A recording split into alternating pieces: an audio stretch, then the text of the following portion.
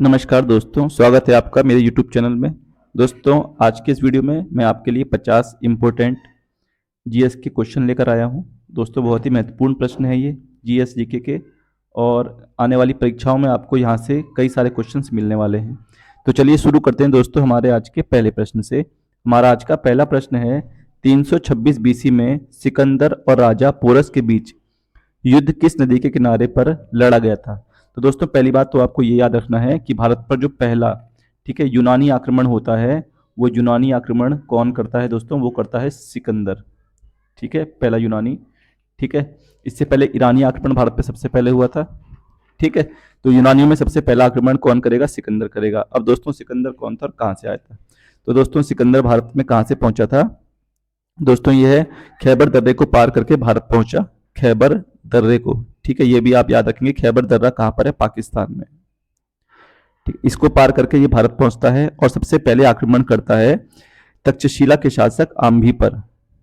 दोस्तों, किस पर अटैक करता है? आम्भी पर अटैक करता है, और ये आम्भी क्या कर लेता है? इसके साथ संधि कर लेता है, और भविष्य में जो आक्रमण करेगा सिकंदर भारत में, उनमें इसकी हेल्प करने का प्रॉमिस भी इससे कर देता है। ठीक है, इसके अलावा बात दोस्तों, सिकंदर का युद्ध होता है राजा पोरस से, और पोरस से दोस्तों जो युद्ध होता है, ये इसका युद्ध होता है झेलम नदी के तट पर। और इस युद्ध को दोस्तों हम वितस्ता का युद्ध भी बोलते हैं। वितस्ता या हाइडे स्पीच का युद्ध भी बोला जाता है। ठीक है, और दोस्तों इस युद्ध में कहते हैं कि सिकंदर ने इसके बाद पोरस को बंदी बना लिया था, और पोरस से कहा था कि क्या सलूक किया जाए। तो पोरस ने ये कहा कि जो एक राजा दूसरे राजा के साथ करता है वैसा।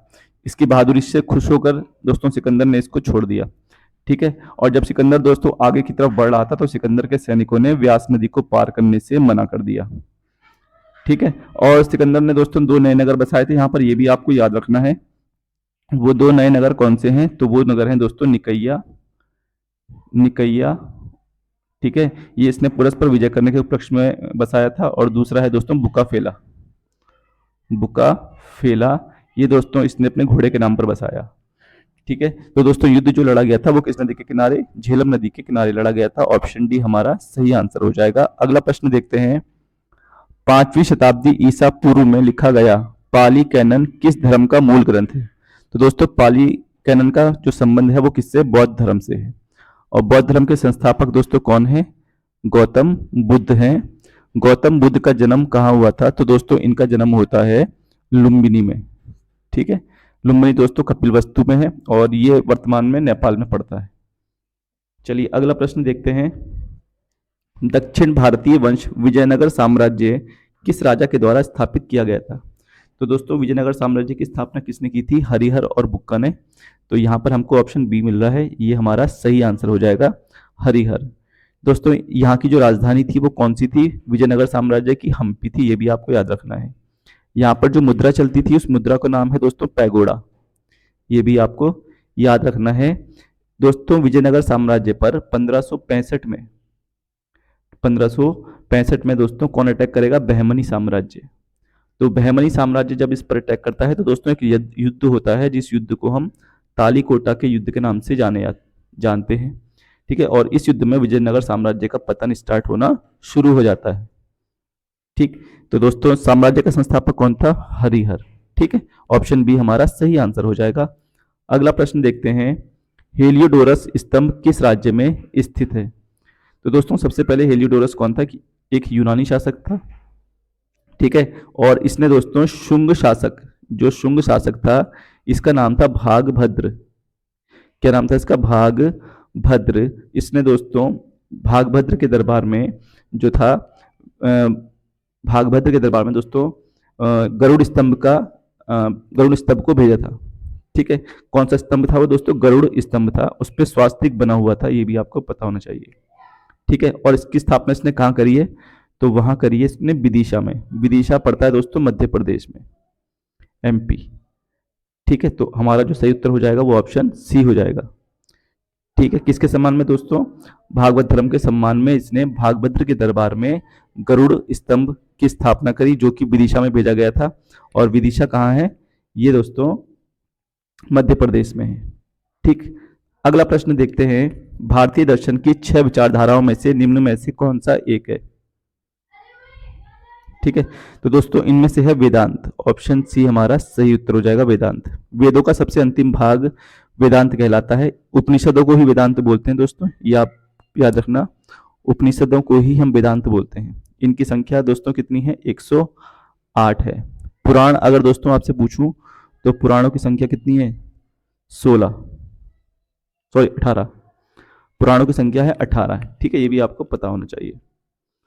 अगला प्रश्न है, तुम मुझे खून दो मैं तुम्हें आजादी दूंगा, यह नारा किसने दिया था? तो दोस्तों यह नारा दिया था सुभाष चंद्र बोस ने। सुभाष चंद्र बोस का जन्म दोस्तों कहाँ हुआ था, कटक उड़ीसा में हुआ था, यह भी आपको पता होना चाहिए। दोस्तों सुभाष चंद्र बोस ने आज़ाद हिंद फौज का जो गठन किया था वो किया था 21 अक्टूबर 1943 में। और आज़ाद हिंद फौज का सबसे पहले जो विचार आया था वो कैप्टन मोहन सिंह के दिमाग में आया था। ठीक है, ये भी आपको याद रखना है, मोहन सिंह के दिमाग में आया था। अगला प्रश्न देखते हैं, चंपारण सत्याग्रह किससे संबंधित था? तो दोस्तों चंपारण सत्याग्रह था नील की खेती से संबंधित। ठीक है दोस्तों, इसमें होता क्या था, किसानों को 3/20 भाग पर नील की खेती करने के लिए बाध्य किया जाता था और इस प्रथा को बोलते हैं 3 कठिया पद्धति। 3 कठिया पद्धति, इससे किसान परेशान हो गए थे तो महात्मा गांधी से, ठीक है, महात्मा गांधी को यहाँ पर बुलाया गया। ठीक है, आंदोलन उन्होंने किया यहाँ पर चंपारण सत्याग्रह के नाम से। ये गांधी जी का भारत में पहला सत्याग्रह था चंपारण, 1917 में हुआ था दोस्तों ये। चंपारण के बाद फिर अहमदाबाद, फिर खेड़ा, ये 3 गांधी जी के जो थे आंदोलन थे। ठीक है, और महात्मा गांधी को इसी आंदोलन के दौरान दोस्तों महात्मा की उपाधि दी थी रविंद्रनाथ टैगोर ने। किसकी उपाधि दी थी दोस्तों, महात्मा की उपाधि गांधी जी को इसी आंदोलन के दौरान मिली थी, चंपारण सत्याग्रह के दौरान। और ये किसने दी है, रविंद्रनाथ टैगोर ने, ये भी आपको याद रखना है। तो हमारा ऑप्शन हो जाएगा ऑप्शन ए। नेक्स्ट क्वेश्चन है, भारत किस वायसराय के कार्यकाल के दौरान स्वतंत्र हो गया? तो दोस्तों भारत स्वतंत्र हुआ था लॉर्ड माउंटबेटन के कार्यकाल के टाइम पे। ये भारत के, ठीक है, अंतिम अंग्रेज गवर्नर जनरल वायसराय थे। ठीक है, और पहले और अंतिम भारतीय जो गवर्नर जनरल हुए भारत के दोस्तों वो कौन थे, सी राजगोपालाचारी। ठीक है, सी राजगोपालाचारी दोस्तों स्वतंत्र भारत के प्रथम भारतीय और अंतिम गवर्नर जनरल थे, ये भी आपको याद रखना है। अगला प्रश्न है, महात्मा गांधी ने किस गोलमेज सम्मेलन में भाग लिया था? तो दोस्तों महात्मा गांधी ने 5 मार्च 1931 को दोस्तों एक गांधी इरविन समझौता होता है, ये भी आपको याद रखेंगे। कौन सा समझौता होता है, गांधी इरविन समझौता, इसको हम दिल्ली पैक्ट के नाम से भी जानते हैं। ठीक है दोस्तों, इस समझौते के बाद गांधी जी सभी ने अवज्ञा आंदोलन को, ठीक है, स्थगित करने का आश्वासन देते हैं और दूसरे गोलमेज सम्मेलन के लिए 1931 में भाग लेने लंदन चले जाते हैं। तो हमारा सही उत्तर हो जाएगा ऑप्शन बी। ठीक है, किसके बाद जाते हैं दोस्तों, सभी ने अवज्ञा आंदोलन को स्थगित करने का प्रॉमिस करते हैं इरविन से, और कहाँ चले जाते हैं, दूसरे गोलमेज सम्मेलन में भाग लेने के लिए। ठीक है, और इसी आंदोलन के दौरान दोस्तों गांधी जी ने सविनय अवज्ञा आंदोलन के दौरान ही 1 वर्ष में, ठीक है, आजादी प्राप्त करने की बात की थी गांधी जी ने। सॉरी, वो असहयोग आंदोलन के दौरान की थी, इसके दौरान नहीं की थी। सॉरी, ये नहीं था दोस्तों, वो असहयोग आंदोलन के दौरान की थी। ठीक है, चलिए अगला प्रश्न देखते हैं। और दोस्तों कौन सा शख्स था जिसने तीनों गोलमेज सम्मेलन में भाग लिया था? तो वो थे दोस्तों भीमराव अंबेडकर। बी आर अम्बेडकर जी ने तीनों गोलमेज सम्मेलनों में भाग लिया था, ये भी आपको पता होना चाहिए। अगला प्रश्न देखते हैं, असहयोग आंदोलन के दौरान किस तारीख को भीड़ ने गोरखपुर के चौरी चौरा के पुलिस थाने में आग लगा दी थी? तो दोस्तों ये लगाई थी असहयोग आंदोलन के दौरान। और कब लगाई थी दोस्तों, 4 फरवरी 1922 को। ऑप्शन सी इसका सही आंसर हो जाएगा। ठीक है दोस्तों, इसी के कारण गांधी जी ने क्या करा, असहयोग आंदोलन को वापस ले लिया। और इसी आंदोलन के दौरान गांधी जी ने दोस्तों कहा था 1 वर्ष में स्वराज प्राप्त करने की बात कही थी। ठीक है, 1 वर्ष में स्वराज प्राप्त करने की बात गांधी जी ने इसी आंदोलन के दौरान कही थी। और दोस्तों इसी आंदोलन के दौरान गांधी जी ने अपना जुलू पदक, केसर ए हिंद और बोअर पदक भी क्या करे थे, लौटा दिए थे। ये भी आपको याद रखना है, जुलू पदक, ठीक है, केसर ए हिंद की उपाधि, केसर ए हिंद और बोअर पदक, इनकी उपाधि गांधी जी ने लौटा दी थी। ठीक, चलिए अगला प्रश्न देखते हैं। कौन सी पर्वत श्रेणी में दुनिया की दूसरी सबसे ऊंची चोटी केटू स्थित है? तो दोस्तों केटू जो स्थित है वो कहां पर स्थित है? काराकोरम पर्वतमाला में। ऑप्शन डी हमारा सही आंसर हो जाएगा। ठीक है दोस्तों, ये दुनिया की दूसरी सबसे ऊंची चोटी है। अगर पहली चोटी दुनिया की सबसे ऊंची है दोस्तों वो कौन सी है? Mount Everest. कौन सी है दोस्तों? Mount Everest. और ये कहाँ पर है दोस्तों? ये नेपाल में है। किस हिमालय का पार्ट है दोस्तों ये? तो ये आपके ग्रेट हिमालय का पार्ट है। ठीक है, किस में है? ये ग्रेट हिमालय में है। ठीक है, नेक्स्ट क्वेश्चन देखते हैं दोस्तों। निम्न में से किस राज्य में बॉक्साइट का भंडार सबसे अधिक है? तो दोस्तों भारत में बॉक्साइट सबसे अधिक कहाँ मिलता है? उड़ीसा में मिलता है। ऑप्शन बी इसका सही आंसर हो जाएगा। इंडियन ज्योग्राफी में मैंने आपको ये पढ़ाया भी है। और दोस्तों उड़ीसा में कौन कौन से क्षेत्र हैं? तो वो क्षेत्र हैं कालाहांडी। ठीक है, कालाहांडी है दोस्तों, संबलपुर है, संबलपुर ये मुख्य क्षेत्र हैं जहां पर जो है बॉक्साइट मिलता है। कालाहांडी है, संबलपुर है, और दोस्तों बेलांगीर है, ये भी मुख्य क्षेत्र है, बेलांगीर। पंचम पत्तमली भी दोस्तों यहीं पर है। ठीक है, तो ये उड़ीसा के दोस्तों कुछ प्रमुख क्षेत्र हैं जहां पर बॉक्साइट बहुत ज्यादा मात्रा में हमको मिलता है। चलिए अगला प्रश्न देखते हैं। निम्न में से कौन सी नदी गंगा की एक सहायक नदी नहीं है? तो दोस्तों गंगा की सहायक बेतवा भी है, चंबल भी है, गोमती भी है।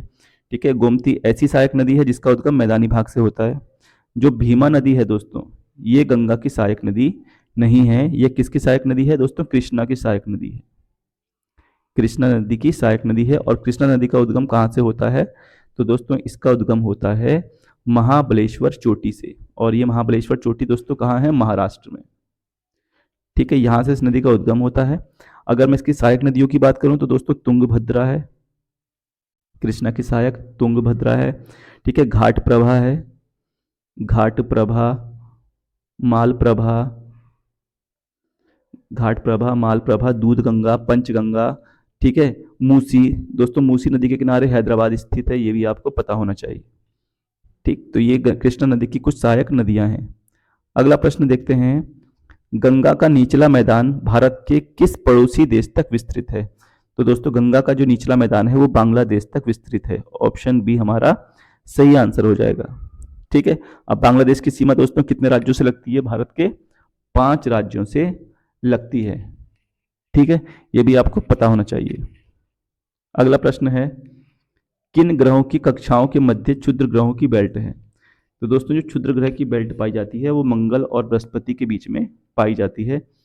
ठीक है, ऑप्शन डी हमारा सही आंसर हो जाएगा। दोस्तों कौन से ऐसे ग्रह हैं जिनके कोई उपग्रह नहीं है?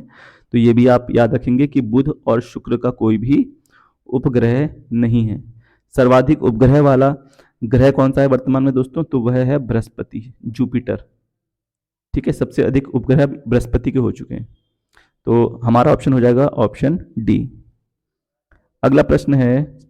यदि मौद्रिक नीति ब्याज दरों के प्रबंधन और धन की आपूर्ति से संबंधित है तो राजकोषीय नीति किससे संबंधित है? तो दोस्तों राजकोषीय नीति का संबंध होता है कराधान और सरकारी खर्च से। ठीक है, ऑप्शन बी हमारा सही आंसर हो जाएगा। अगला है। भारत में शुष्क भूमि की कृषि मुख्य रूप से कितने कम वर्षा वाले क्षेत्रों में सीमित है? कितने सेंटीमीटर से कम? तो दोस्तों ये होती है 75 सेंटीमीटर से कम। ठीक है, ऐसी भूमि जहां वार्षिक वर्षा 75 सेंटीमीटर से कम होती है ऐसे क्षेत्र को दोस्तों हम शुष्क भूमि या मरुस्थल के रूप में जानते हैं। ऑप्शन बी हमारा सही आंसर हो जाएगा। ठीक, अगला प्रश्न है दोस्तों। जब प्राकृतिक संसाधनों का दोहन करके माल का उत्पादन किया जाता है तो वह किस क्षेत्र की गतिविधि से संबद्ध होता है? तो दोस्तों वह संबंध होता है प्राथमिक क्षेत्र से। ठीक है, जहां से हमको रॉ मटेरियल प्राप्त होता है वह क्षेत्र हमारा क्या कहलाता है? प्राथमिक क्षेत्र कहलाता है। दोस्तों प्राथमिक क्षेत्र को ही हम ठीक है कृषि क्षेत्र भी बोलते हैं। इसके अलावा दोस्तों जो द्वितीयक क्षेत्र है इसको हम उद्योग क्षेत्र बोलते हैं। दोस्तों क्या बोलते हैं? उद्योग क्षेत्र। जो तृतीयक क्षेत्र है दोस्तों इसे सेवा क्षेत्र भी कहा जाता है। चलिए अगला प्रश्न देखते हैं। गुड्स एंड सर्विसेज टैक्स या वस्तु एवं सेवा कर जीएसटी भारत में कब से लागू है? तो दोस्तों जीएसटी लागू होती है 1 जुलाई 2017 से। ऑप्शन बी हमारा सही आंसर हो जाएगा। समिति दोस्तों कौन सी थी? तो समिति का नाम भी याद रखेंगे, विजय केलकर समिति। ठीक है। और दोस्तों विश्व में सबसे पहले किस देश ने जीएसटी लागू की थी? तो दोस्तों ये भी याद रखेंगे, फ्रांस वो पहला देश है जिसने सबसे पहले जीएसटी लागू की थी। भारत ने जो जीएसटी का मॉडल है वो कहां से लिया है? वो दोस्तों कनाडा से अपनाया गया है। ठीक है, ये भी आप याद रखेंगे। चलिए अगला प्रश्न देखते हैं, भारत की वित्तीय राजधानी क्या है? तो दोस्तों वित्तीय यानी कि फाइनेंशियल कैपिटल कौन सी है भारत की? तो वो है मुंबई। ठीक है। और दोस्तों मुंबई में आपको जनरली जो हमारी फाइनेंशियल एक्टिविटीज होती हैं, ठीक है, जो भी हमारी वित्तीय गतिविधियां हैं, उन सबके मुख्यालय भी आपको कहाँ मिलेंगे? मुंबई में मिलेंगे। जैसे दोस्तों सेबी का मुख्यालय भी मुंबई में है। ठीक है, एसबीआई का मुख्यालय मुंबई में है, आरबीआई का मुख्यालय कहाँ है? मुंबई में है। तो जनरली जो वित्तीय गतिविधियों वाले क्षेत्र होते हैं उनके मुख्यालय मुख्यतः मुंबई में ही मिलेंगे आपको। ठीक है। अगला प्रश्न देखते हैं, भारत सरकार की संसदीय प्रणाली किस राष्ट्र के संविधान के आधार पर अपनाई गई थी? तो दोस्तों जो संसदीय व्यवस्था है हमारे यहाँ वो हमने ब्रिटेन से ली है, यूनाइटेड किंगडम। ऑप्शन ए हमारा सही आंसर हो जाएगा। ठीक है। इसके अलावा दोस्तों यहां से हमने लिया है एकल नागरिकता। एकल नागरिकता भी हमने कहां से ली है दोस्तों? ब्रिटेन से ली है। ठीक है। और इसके अलावा दोस्तों हमने क्या लिया है? विधि का शासन। ये भी हमने ब्रिटेन से लिया है, विधि का शासन। इसके अलावा दोस्तों द्विसदनात्मक व्यवस्था, ठीक है, द्विसदनात्मक व्यवस्था भी हमने कहां से ली है? ब्रिटेन से ली है। यही सारी व्यवस्थाएं हमने ब्रिटेन के संविधान से अडॉप्ट की हैं। तो सही उत्तर हमारा हो जाएगा ऑप्शन ए। अगला प्रश्न देखते हैं, भारतीयों में क्रमशः राज्यों और केंद्र शासित प्रदेशों की संख्या कितनी है? तो दोस्तों वर्तमान में, ठीक है, जो संख्या है वो 28 राज्य हैं और 8 केंद्र शासित प्रदेश हैं। भाषा के आधार पर बनने वाला दोस्तों पहला राज्य कौन सा था? तो वो भी आपको पता होना चाहिए, आंध्र प्रदेश था। ठीक है, आंध्र प्रदेश का गठन हुआ था। उत्तर प्रदेश से दोस्तों कौन सा राज्य अलग हुआ है? तो वो उत्तराखंड हुआ है। ये भी आपको पता होना चाहिए। कब हुआ दोस्तों? 9 नवंबर 2000 को। ठीक है, 9 नवंबर 2000 को उत्तराखंड जो है वो उत्तर प्रदेश से अलग हुआ है।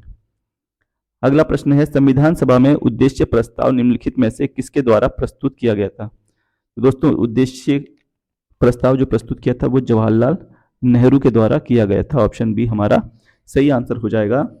ठीक है। और संविधान सभा के दोस्तों पहले स्थायी अध्यक्ष कौन थे? डॉक्टर राजेंद्र प्रसाद थे पहले स्थायी अध्यक्ष।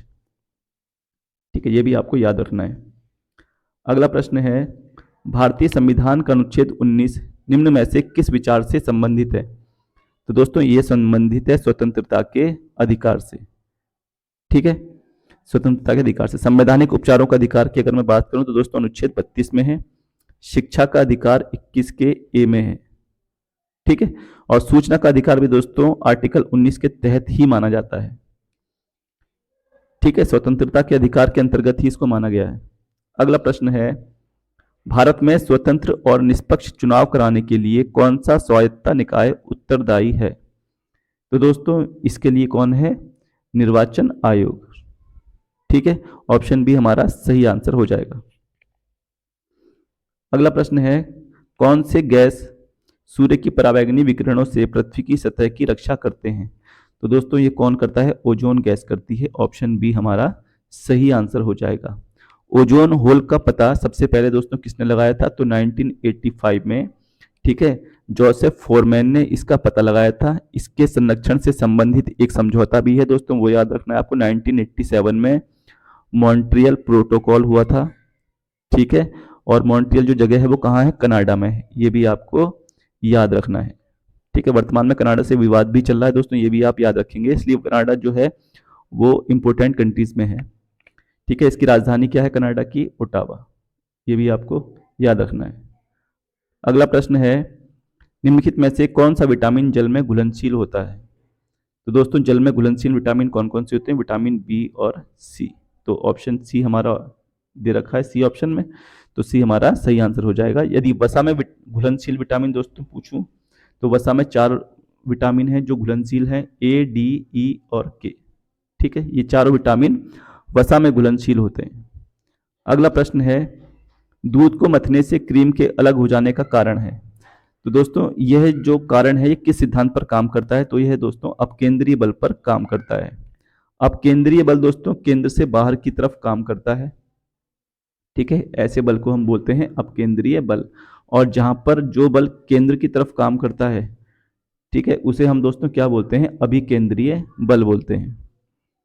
अगला प्रश्न है, सौर सेल का निर्माण करने के लिए किस तत्व का उपयोग किया जाता है? तो दोस्तों यह जो तत्व है यह है आपका सिलिकॉन। ठीक है, सिलिकॉन और जर्मेनियम ये दोस्तों क्या कहलाते हैं? दोनों ही अर्धचालक कहलाते हैं, सेमीकंडक्टर। ठीक है, अर्धचालक कहलाते हैं। अगला प्रश्न है, सूरज की रोशनी के स्पेक्ट्रम को प्राप्त करने के लिए ग्लास प्रिज्म का उपयोग करने वाला पहला व्यक्ति कौन था? तो दोस्तों ये थे sir Isaac Newton. Option B इसका सही आंसर हो जाएगा। अगला प्रश्न है, 2023-24 के लिए गेहूं की फसल का न्यूनतम समर्थन मूल्य प्रति क्विंटल रुपये में क्या है? तो दोस्तों ये जो मूल्य है वर्तमान में वो है 21-25। ठीक है, 2125 ये है एमएसपी वर्तमान में 2023-24 के लिए। अगला प्रश्न है, ब्रिक्स गठबंधन में किन देशों को नया शामिल किया गया है? दोस्तों ये भी नए शामिल हुए हैं। ठीक है, ब्रिक्स पहले इसमें दोस्तों 5 देश थे, ब्राजील, रशिया, इंडिया, चाइना और साउथ अफ्रीका। और अब दोस्तों इसमें जो है अर्जेंटीना, ईरान, यूएई, सऊदी अरब और इथियोपिया ये 5 देश और शामिल हो गए हैं। तो अब यह 10 देशों का ग्रुप बन चुका है। ठीक है, तो ऑप्शन बी हमारा जो है वो सही आंसर हो जाएगा। अगला प्रश्न है, कावेरी जल विवाद में भारत के कौन से राज्य शामिल हैं? तो दोस्तों कावेरी जल विवाद में तमिलनाडु, कर्नाटक मुख्य रूप से और साथ ही साथ केरल और पांडिचेरी इन चारों राज्यों के बीच में यह जो है विवाद चल रहा है। ठीक है, तो ऑप्शन सी जो है हमारा सही आंसर हो जाएगा। अगला प्रश्न है, रेलवे बोर्ड की पहली महिला सीईओ और अध्यक्ष के रूप में किसे नियुक्त किया गया है? तो दोस्तों यह नियुक्त किया गया है जय वर्मा सिन्हा को। ऑप्शन डी इसका सही आंसर हो जाएगा। अगला प्रश्न है, भारत बायोटेक द्वारा विकसित भारत की स्वदेशी कोविड-19 वैक्सीन कौन सी है? तो दोस्तों भारत की जो वैक्सीन है उसका नाम है कोवैक्सीन। ऑप्शन सी ठीक है सही आंसर हो जाए इसका कोवैक्सीन। अगला प्रश्न है, भारत ने ठीक है किस वर्ष में परिवार नियोजन के लिए एक राष्ट्रीय कार्यक्रम का आरंभ किया था? तो दोस्तों यह है ऑप्शन डी 1952। अगला प्रश्न देखते हैं,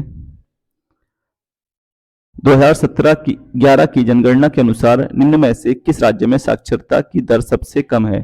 तो दोस्तों साक्षरता में सबसे पिछड़ा राज्य जो है वो है दोस्तों हमारा बिहार। ठीक है, और सर्वाधिक शिक्षित राज्य की अगर मैं बात करूं दोस्तों तो वो है केरल। सर्वाधिक जनसंख्या वाला राज्य दोस्तों वो है उत्तर प्रदेश, ये भी आपको याद रखना है। मध्य प्रदेश में उद्घाटन किए गए देश के पहले सौर शहर का क्या नाम है? तो दोस्तों देश का पहला सौर सिटी जो बना है वो बना है सांची। ठीक, ऑप्शन डी इसका सही आंसर हो जाएगा। ठीक है, पहला सौर सिटी कौन सा है? सांची। ठीक है, और अगर दोस्तों पहला सोलर गांव पूछेगा दोस्तों तो वो है मोढेरा, गुजरात का, ये गुजरात में है। अगला प्रश्न है, अमृत योजना का पूरा नाम क्या है? तो दोस्तों अमृत योजना का पूरा नाम है ठीक है अटल मिशन रिजुविनेशन और फॉर अर्बन, ठीक है फॉर अर्बन ट्रांसफॉर्मेशन। तो इसका जो ऑप्शन है हिंदी में हो जाएगा दोस्तों अटल नवीकरण और शहरी परिवर्तन मिशन। ठीक, ऑप्शन ए इसका सही आंसर हो जाएगा। अगला प्रश्न है, विश्व की सबसे ऊंची नटराज प्रतिमा किस स्थान पर स्थापित की गई है?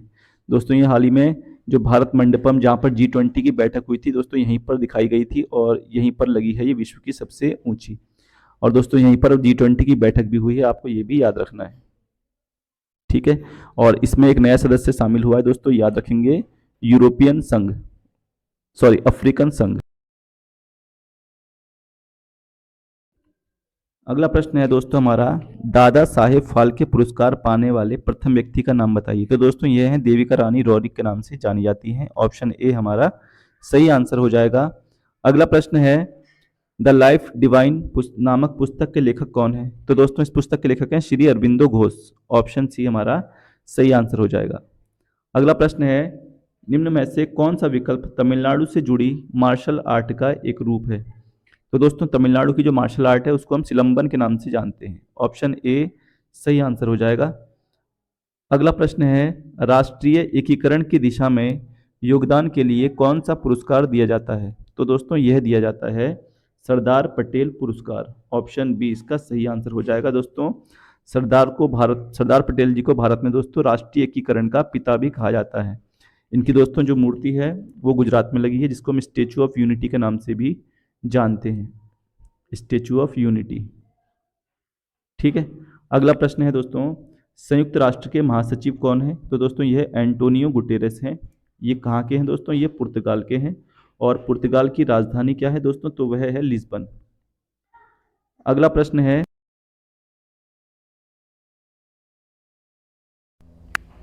किस खिलाड़ी ने ओलंपिक खेलों में सर्वाधिक पदक जीते हैं? तो दोस्तों यह पदक जीते हैं माइकल फेल्प्स ने। ऑप्शन बी सही आंसर हो जाएगा।